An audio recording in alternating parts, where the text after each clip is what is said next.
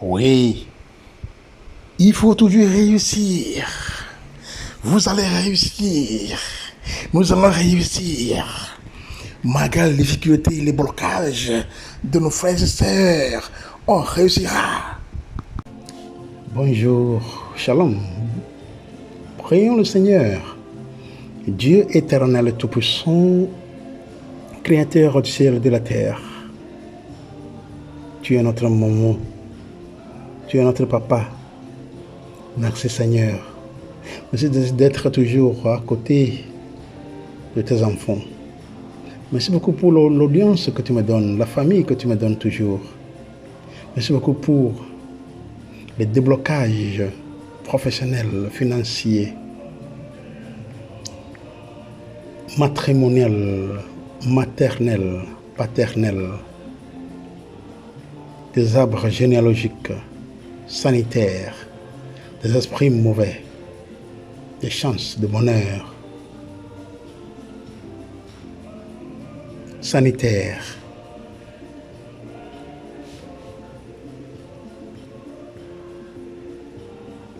Et merci beaucoup pour la délivrance, la transformation, la purification, sanctification, la restauration, la réparation, la guérison, l'exorcisme.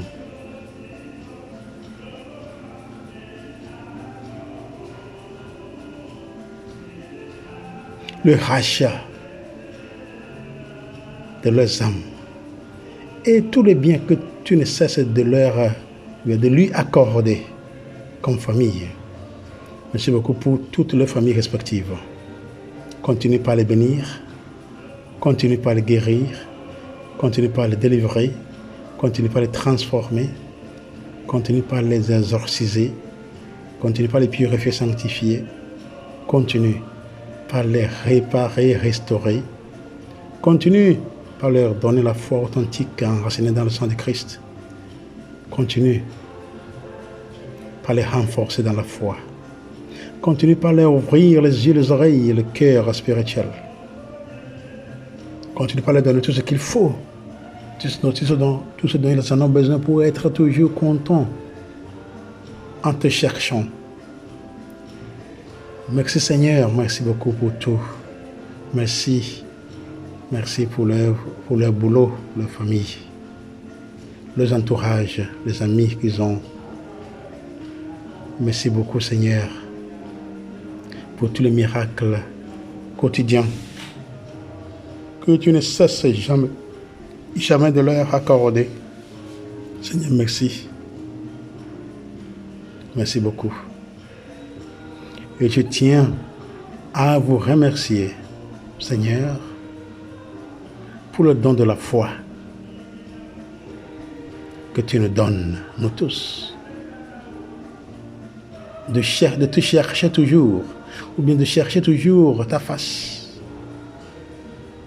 De chercher toujours ta face parce que tu es notre papa, notre maman. Tu es celui qui est. Je suis, tu es, je suis. Et nous t'adorons en toute occasion. Seigneur, merci. Pour ta plus grande gloire. Voilà, bien-aimés, et nous sommes là aujourd'hui pour continuer encore avec nos séances relation entre Dieu et homme. Et le peuple de Yahvé. Le peuple de Yahvé. Yahvé qui est là pour nous. Dans tout ce qui a relation à voir, ce qui a relation envers avec le Seigneur, c'est ça que se parle ici. Les encouragements, ainsi de suite.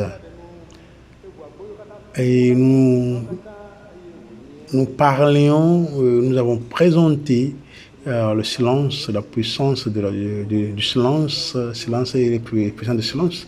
Et nous voudrions achever avec les vertus du silence. Mais aujourd'hui, nous n'allons pas entamer cela et nous allons plutôt faire autre chose pour voir, faire un peu d'intervalle. Vous parler d'autres choses d'abord avant de retourner, si Dieu le veut, demain et bien dans notre prochaine présentation séance, nous allons présenter cela. Donc aujourd'hui, nous voulons voir un cas spécial qui est intéressant dans votre vie. Vous avez beaucoup d'adversaires. Vous avez beaucoup de blocages dans votre vie. Rien ne marche. Vous priez, rien ne marche. Vous travaillez, on vous paye, l'argent va où? Vous travaillez, on vous paye, l'argent, si l'argent vient, il y a quelque chose qui arrive. Soit à l'hôpital, soit policier, soit un cas comme ça, ou bien l'argent est perdu. Ou bien, vous êtes malade, vous cherchez à vous guérir, il n'y a pas de moyens, ou bien il y a des moyens, mais il n'y a pas comment faire pour pouvoir être guéri. Il y a l'argent, mais il n'y a pas de guérison.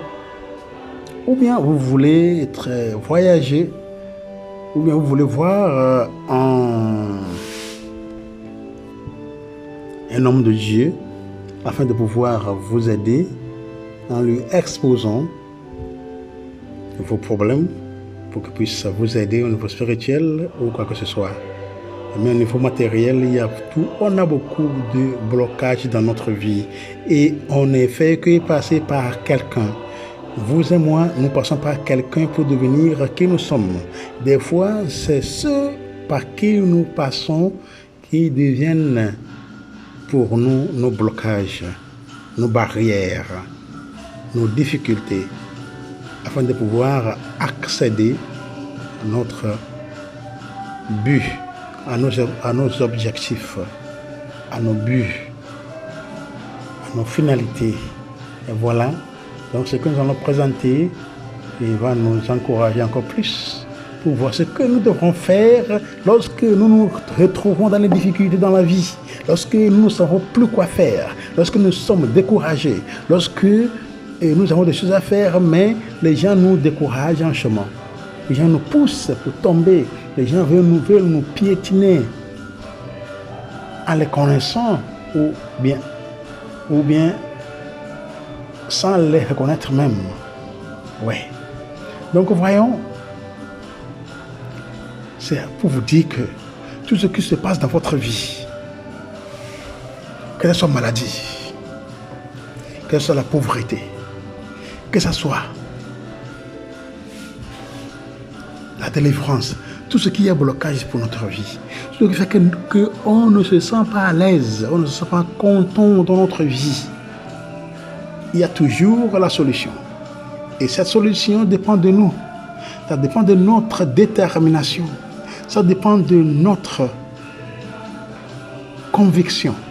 Ça dépend de notre confiance que nous mettons en le Seigneur qui nous a créés, notre Créateur. Ça dépend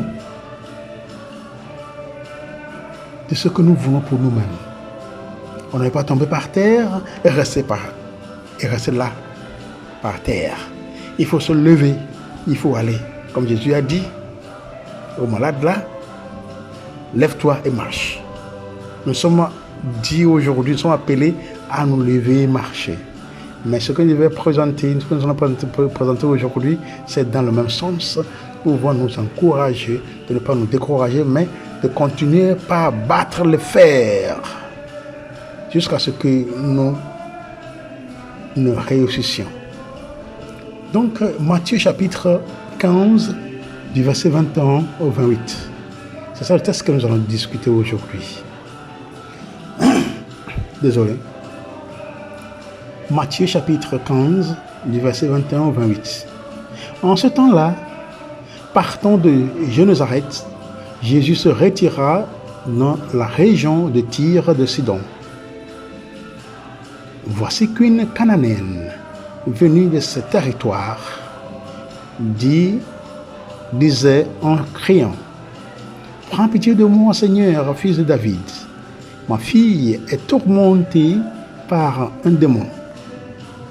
Mais il ne lui répondit pas un mot.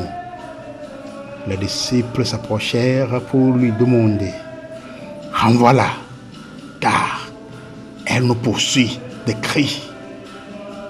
Elle nous poursuit de ses cris. Jésus répondit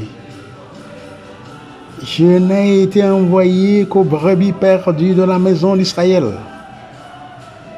Mais elle vint se prosterner devant lui en disant, Seigneur, viens à mon secours. Il répondit, il n'est pas bien de prendre le pain des enfants et de le jeter aux petits champs. Elle reprit, oui Seigneur, mais justement, les petits chiens mangent les miettes qui tombent de la table de leur maître. Jésus répondit, femme, grande est ta foi, que tout se passe pour toi comme tu le veux. Et à l'heure même, sa fille fut guérie.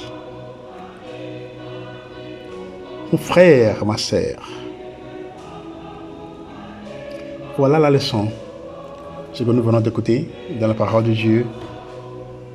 Jésus est dans la région des païens, disons, est dans une région païenne, selon ce que nous venons d'écouter, Tyr et Sidon. Et comme Jésus est renommé dans toutes ces régions, qu'il a fait ceci, cela, il ne fait qu'effectuer des miracles, ressusciter les morts, multiplier du pain, de poissons, donner la bonne santé aux autres qui sont malades. Ça veut dire que en gagnant le guérison, Jésus qui est connu pour avoir bien utilisé son autorité. L'autorité de Jésus, c'est pour enseigner, c'est pour appeler, faire disciples, pour faire ses disciples. L'appel, la vocation, son autorité, c'est pour guérir, c'est pour exorciser, c'est pour ressusciter le mort, c'est pour pardonner les péchés.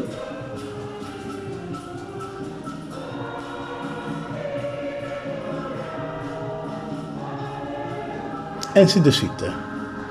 Jésus fait plusieurs choses avec son autorité pour démontrer qu'il est Dieu. Donc les gens en savaient. C'est pour cela que tout le monde le cherchait, par-ci, par-là. Donc cette femme cananéenne, il ne faut pas oublier que Jésus est dans une région païenne. Donc c'est une femme qui vient d'un endroit païen. Mais sachez-le que ce n'est pas parce qu'on est dans une région païenne que tout le monde est païen, non. On peut avoir au moins une, deux, trois personnes, un pourcentage qui peut-être ils sont là, mais ils ne font pas partie de cela. Leur cœur est différent. Apparemment, on les voit là, mais leur cœur est différent. Donc c'est là où Jésus est. Et c'est elle qui s'est approchée de Jésus pour lui demander d'aide. C'est ça. Demander d'aide au Seigneur Jésus. Que Jésus ait pitié d'elle. Parce que sa fille est tourmentée par un démon. La femme a reconnu Jésus comme le fils de David. Cela est un titre messianique. Un titre messianique. Que cette femme a reconnu Jésus d'être fils de David. Une païenne, disons.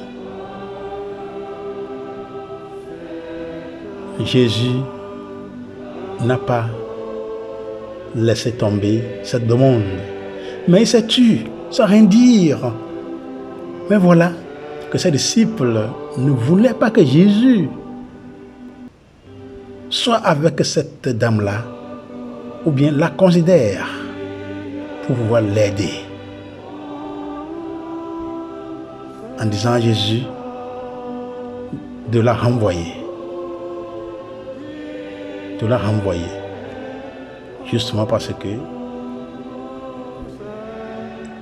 elle fait trop de bruit derrière eux. Mais Jésus a répliqué à ses disciples, à ses apôtres, qu'il a été envoyé à cause de ces brebis perdues de la maison d'Israël. Mais il faut savoir que cette dame n'est pas une Israël. Cette femme n'est pas une Israël. Elle n'est pas de la maison d'Israël. Elle est d'une autre terre. Elle est d'une autre culture, d'une autre tribu, région. Voilà. Mais à cause de sa personnalité, à cause de sa foi, que Jésus va l'aider. Voilà que malgré ce que les disciples ont dit sur cette femme, la femme ne s'est pas découragée.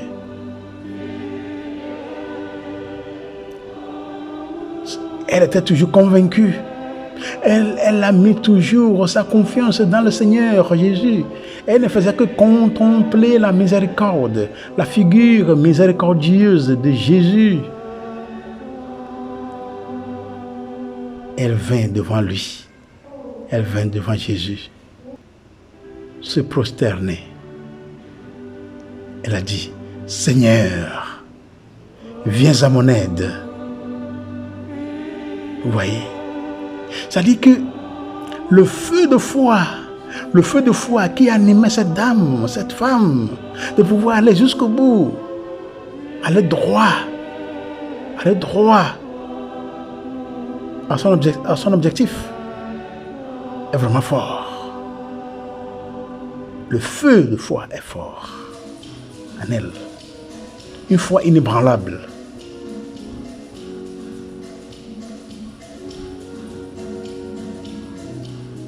Et Jésus répondit que ce n'est pas bon de prendre le pain des enfants et de le jeter aux petits chiens. Jésus disant cela, ce n'est pas pour s'en moquer d'elle, mais peut-être c'est pour voir la densité de sa foi, la densité, la capacité, le niveau de sa foi, pour voir s'il lui donne ce qu'elle demande, si elle peut bien la garder, si elle veut bien le garder. Jésus lui répond, non, désolé, la femme a répondu à Jésus. Quand Jésus a dit que ce n'est pas bon de jeter le pain des petits enfants aux petits chiens. La femme a dit, oui Seigneur. Mais justement, les petits chiens aussi mangent les miettes qui tombent de la table de leur maître. C'est ça qui avait vraiment touché Jésus. Ça a touché Jésus vraiment.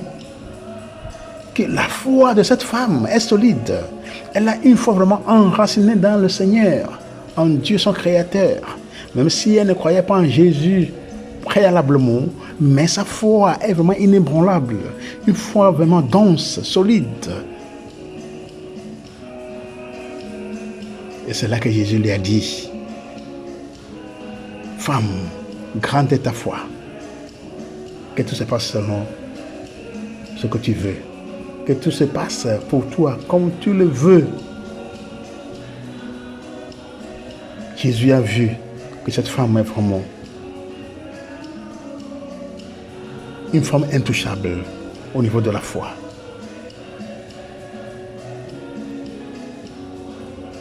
Et Jésus a qualifié sa foi. Jésus a mis sa foi devant. Parce qu'elle a montré sa foi à Jésus. Et Jésus a vu sa foi vraiment. Il a béni sa foi. Donc il lui a dit, ce que tu veux que je te fasse là, qu'est-ce que ça t'arrive? Voilà. Quand j'ai dit qu'au même moment, sa fille fut guérie. La fille fut guérie complètement. Vous voyez donc mes frères et sœurs, voyant cette histoire de la femme qui voulait la guérison de sa fille, qui voulait la guérison totale, la délivrance, la récupération de santé, la réparation de ce qui est gâté, la purification, la sanctification de sa fille, à cause de sa foi inébranlable, à cause de sa foi solide, dense, Jésus lui a accordé ce qu'elle a demandé. La femme, elle faisait tout cela. Ce n'était pas pour elle-même, mais c'était pour sa fille. Ça veut dire que c'est une maman qui est vraiment solide dans sa vocation de maman. Voyons l'histoire que nous venons d'écouter avec l'interprétation que nous sommes en train de lui donner. Regardons, voyons ce que les disciples voulaient faire. Le pourquoi nous sommes en train d'exposer ce terme, c'est exactement cela. C'est justement cela. La foi de cette femme. La foi de cette femme. Malgré le blocage, malgré les disciples qui ne voulaient pas que Jésus aide cette femme-là. Les disciples qui voulaient que cette femme soit renvoyée parce qu'elle poussait beaucoup de bruit derrière eux. C'est pour cela qu'ils voulaient que Jésus les renvoie. Mon frère, ma soeur, c'est comme ça que nous sommes aussi des fois, nous qui sommes responsables de beaucoup de choses, nous qui sommes des chefs, nous qui sommes des présidents, nous qui sommes des DG de là où nous travaillons. Lorsque les dossiers viennent pour pouvoir recruter les gens, qu'est-ce que nous faisons? Qu'est-ce que nous en faisons? Ou des fois, il y en a qui, connaissant les gens, avec leur nom, qui cachent les dossiers des gens pour qu'ils n'aient jamais d'accès au boulot. Alors que ils ont leur famille, leurs enfants, leurs femmes, pour pouvoir nourrir. Mais des fois, c'est difficile. Nous devenons des blocages, des barrières de réussite, de succès de nos frères et sœurs. Et des fois, avec les hommes de Dieu, ceux qui veulent voir les hommes de Dieu, l'ennemi ne veut pas le déblocage, la délivrance de leurs frères et sœurs. Disons, des frères et sœurs, donc passant par ceux qui sont responsables, ceux qui se retrouvent au portail des hommes de Dieu. Par qui il faut passer d'abord avant de pouvoir les voir, avant de pouvoir les accéder. Des fois, ce sont les gens qui sont méchants. Ils ont un caractère vraiment incontournable. Ne laissent jamais les gens qui souffrent, la majorité des gens qui souffrent, de voir les hommes de Dieu, de voir les hommes qui devraient les aider. Parce que personne d'entre nous dans ce monde ne réussit jamais seul. On ne réussit jamais seul. C'est quelqu'un qui nous a aidés, soit père ou mère, ou soit désolé, ou soit ami. Quelqu'un nécessairement nous a aidés pour pouvoir réussir dans la vie. Oui, donc c'est ça, nous disons que pour pouvoir réussir dans la vie, afin de pouvoir réussir dans la vie, nous avons besoin de quelqu'un qui nous aide. Que ce soit quelqu'un connu ou quelqu'un inconnu. dans la nature. Parce que dans la vie, on ne réussit jamais seul. On est passé par quelque part, par quelqu'une qui nous aide à pouvoir franchir des portes, des portails dans la vie, pour pouvoir avoir l'accès à nos bien-être ou bien au bien-être de notre destin. Donc c'est comme ça que la vie est. Mais voilà que les disciples se sont montrés, se sont montrés et nous ont démontré comme blocage, comme barrière.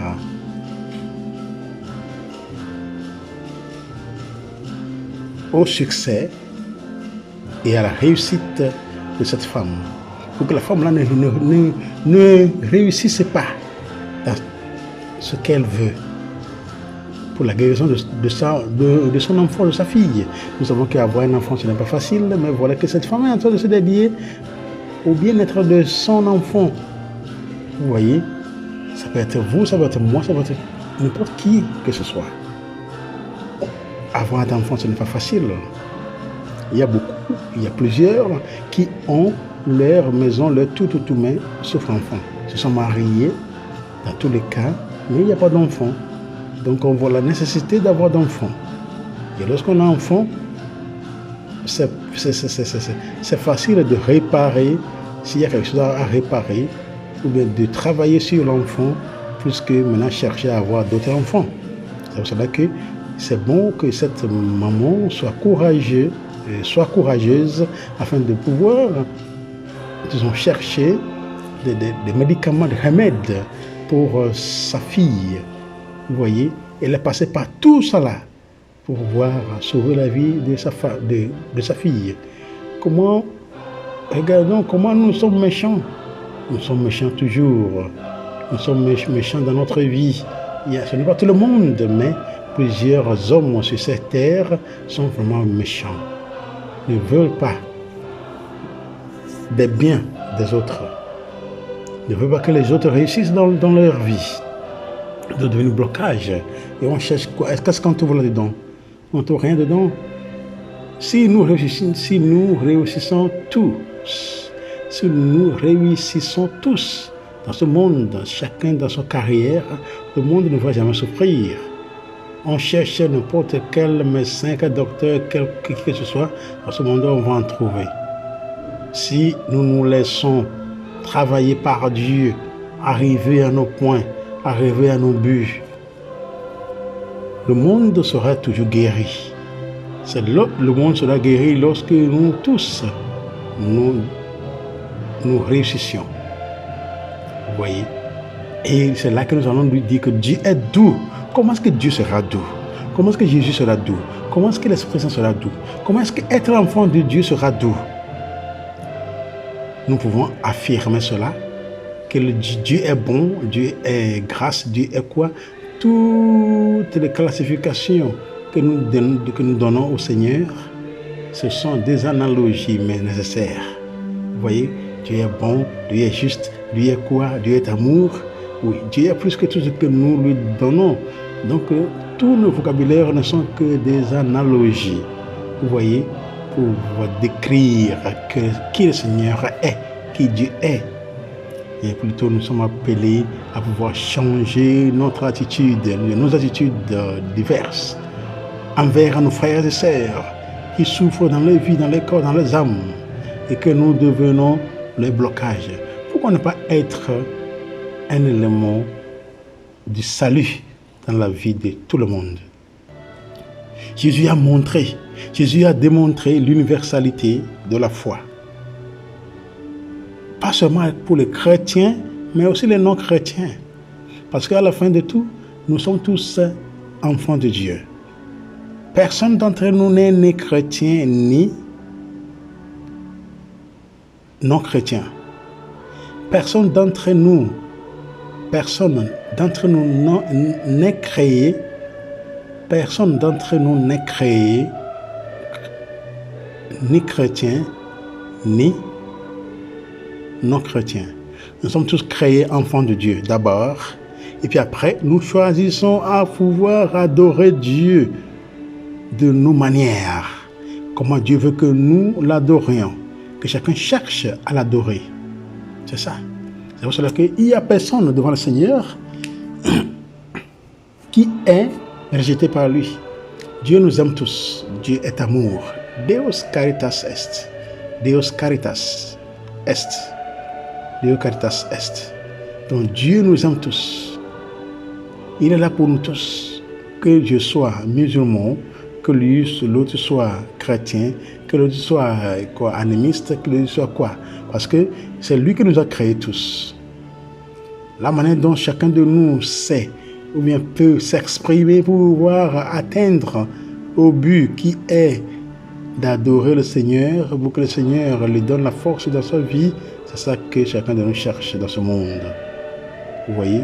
Donc, et nous sommes appelés à pouvoir bien regarder cela. Jésus nous a montré l'universalité de la foi, la catholicité de la foi. La foi est universelle, le salut est universel. Jésus a démontré ce salut qui est vraiment universel à nous. Le salut est universel, Jésus nous a démontré cela. Le salut est catholique, est universel, est partout. Le salut de Dieu n'est pas réservé à un peuple. Bien que le peuple d'Israël ait senti cela, ou bien se soit senti cela, avant que le peuple d'Israël ne soit allé en exil, et avant que le peuple d'Israël ne se rencontre avec d'autres peuples, ils pensaient qu'ils étaient seulement le peuple aimé de Dieu. Dieu est seulement pour Israël. Ils pensaient que le peuple d'Israël pensait que Dieu est seulement pour eux, mais pour lui comme peuple. Donc Dieu d'Israël seulement. Dieu n'est pas Dieu pour les autres, pour les autres races de la terre, mais seulement pour Israël. C'est maintenant après la rencontre du peuple d'Israël aux autres races qu'ils ont commencé par voir que voilà, Dieu est vraiment bon, il est fidèle, il est juste, il est amour aussi, ainsi de suite. La liste continue. Dieu est dans la vie de ceux qui ne sont pas Israël, du peuple non israélite, le peuple non israélite aussi. Vous voyez, donc le peuple non Israël aussi. Dieu a donné cette opportunité à chaque être vivant, parce que nous sommes tous créés en son image. Donc le salut est universel devant le Seigneur. Dieu ne fait pas la discrimination. Dieu ne met pas la discrimination entre nous. Dieu a un seul cœur pour aimer toutes ses créatures. Il n'y a pas de différence. Dieu est toujours qui il est. Il est bon, sa bonté est infinie. Sa bonté est toujours comme ça. Dieu ne change pas. Il est toujours comme ça. C'est ce que Jésus nous a démontré dans cette lecture. Malgré le blocage des disciples, de ses apôtres, Jésus ne leur a pas donné la chance. Mais il a sauvé cette dame en guérissant sa fille à travers la foi.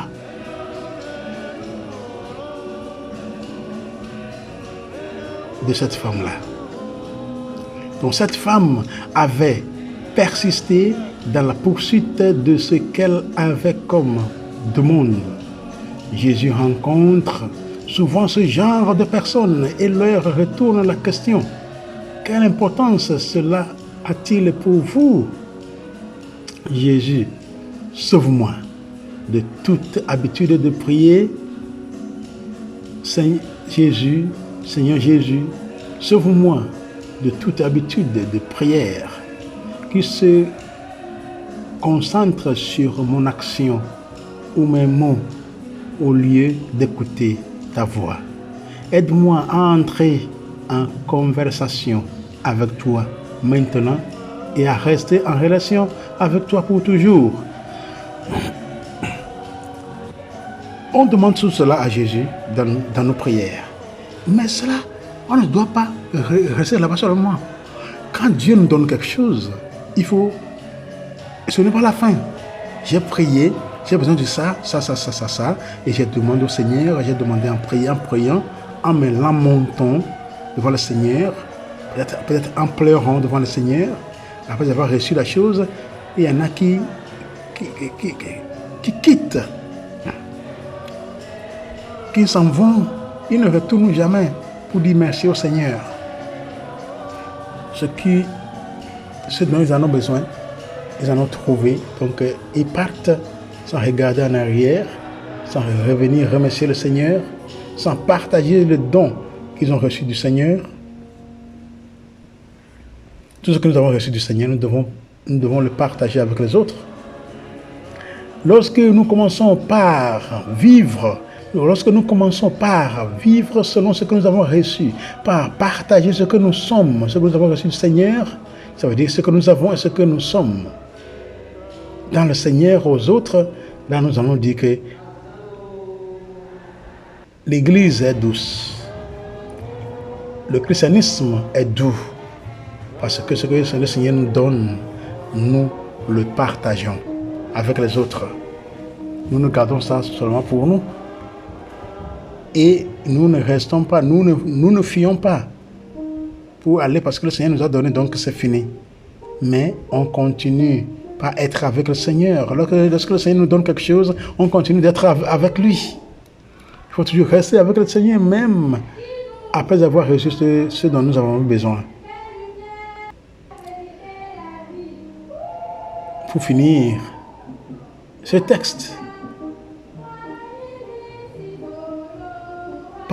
paraîtrait de nos jours comme politiquement incorrect, peut-être, lu superficiellement, il est tout à fait choquant. Mais pour moi, par exemple, c'est un échange entre deux personnes qui tous deux ont un sens de l'humeur et une grande leçon de foi et d'humilité.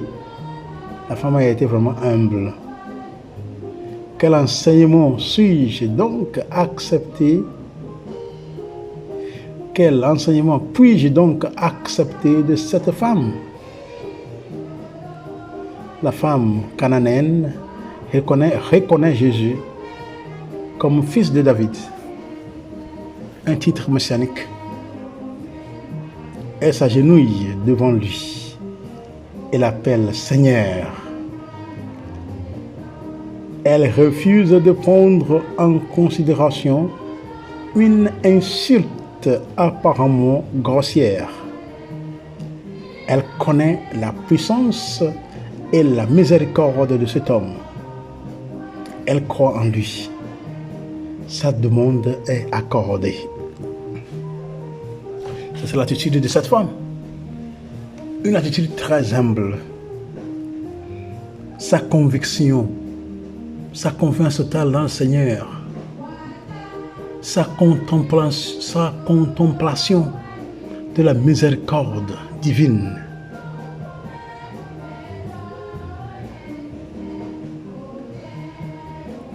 Et se rassurer, l'assurance qu'elle est et donc qu'elle a, que Jésus va le faire. Jésus va le faire. Jésus va le faire. Ma chère, mon cher, voilà ce que nous pouvons apprendre de ce texte. No matter ce que se passe, je suis désolé, je suis en train d'entrer en anglais. Malgré tout ce qui se passe dans votre vie, il faut jamais faire un demi-tour. Il faut jamais faire un demi-tour. Il faut aller jusqu'au bout. Il faut aller de l'avant. Il faut aller jusqu'à réussir. Il faut continuer par battre le fer. Il faut continuer par frapper la porte. Comme nous dit Matthieu, évangile de Saint Matthieu, chapitre 7, verset 7. Matthieu 7, 7. Demandez, on vous donnera. Frappez, on vous ouvrira. Cherchez, vous trouverez. Toujours. Il faut continuer à prier. Combien de fois dois-je prier? C'est chaque moment. Il faut remercier le Seigneur aussi. Même si ce dont on a besoin, si ça ne vient pas, il faut remercier le Seigneur pour ça. Et là, nous allons recevoir tout ce dont nous en avons besoin pour pouvoir être toujours fidèles à la suite du Christ. Pour notre salut qui nous a été réservé par Dieu, le Créateur, notre Créateur du ciel et de la terre et les gens humains. Ne vous découragez pas. Regardez toujours en avant. Comme dit le docteur Kwame Nkrumah, le président, l'ancien président de la République du Ghana, qu'il faut toujours aller de l'avant. Derrière, non. Devant, oui. Toujours devant, derrière, non. Il faut regarder derrière. Comme nous dit aussi Luc chapitre 9, verset 62, si je ne me trompe pas. Celui qui a sa main sur la charrue, sur la houe, en train de travailler, qui regarde en arrière, n'est pas digne d'être à la suite du Christ. Toujours regarder en avant. Regardez en avant. Va. Allez. Allons en avant pour notre succès, pour notre réussite. Parce que nous allons réussir avec le Seigneur, dans le Seigneur, par le Seigneur. Que Dieu continue à bénir notre foi, que nous grandissions toujours pour notre salut et pour sa plus grande gloire. Loué soit Jésus-Christ. Shalom, shalom, shalom. Que Dieu vous bénisse.